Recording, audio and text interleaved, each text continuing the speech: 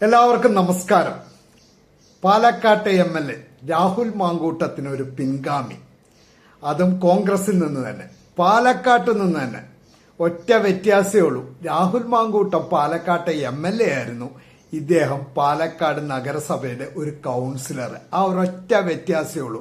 Prashobh C Valsan Palakkad നഗരസഭാ councillor, കോൺഗ്രസിന്റെ.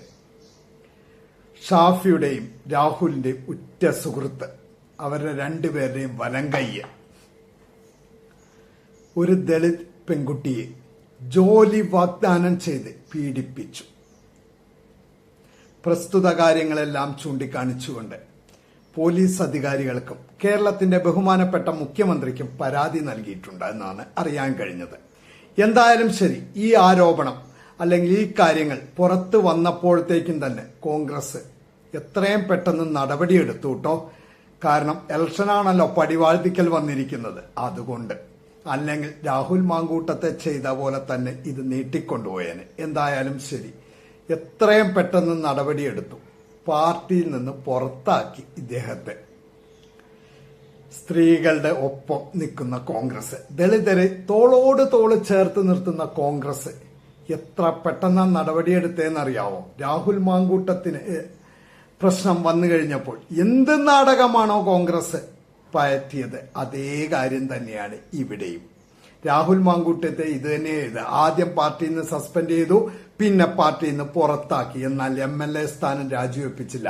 കാരണം MLA സ്ഥാനം രാജിവെച്ചിട്ടുണ്ടെങ്കിൽ അവർക്കറിയാം, അവിടെ ഒരു ബൈ ഇലക്ഷൻ നടക്കുകയാണെങ്കിൽ, പാലക്കാട് ഒരു ബൈ ഇലക്ഷൻ നടക്കുകയാണെങ്കിൽ കോൺഗ്രസിന് ഒരു MLAയുടെ എണ്ണം കുറയും കേരളത്തിന്റെ നിയമസഭയിൽ. അവിടെ ഭാരതീയ ജനതാ പാർട്ടി ജയിച്ചു വരുന്ന നല്ല രീതിയിൽ അറിയായിരുന്നു. അതുകൊണ്ട് അവര് രാഹുൽ മാങ്കൂട്ടത്തിന് അങ്ങനെ ഒരു നാടകം കളിച്ചു.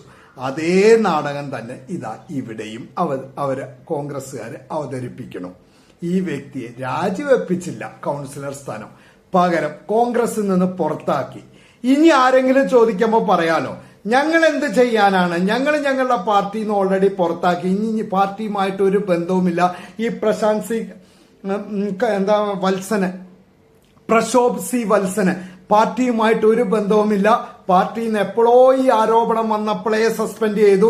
ഞങ്ങളുടെ പാർട്ടി സ്ത്രീകൾക്കൊപ്പമാണ്, ദളിതർക്കൊപ്പമാണ്, അതുകൊണ്ടാണ് ഞങ്ങൾ ഓൺ ദ സ്പോട്ടില് പാർട്ടിയിൽ നിന്ന് പുറത്താക്കിയെന്ന് പറഞ്ഞുകൊണ്ട് ജനങ്ങളുടെ കണ്ണിൽ പൊടിയിടാൻ നോക്കണ്ട. നിങ്ങൾ ചെയ്തത്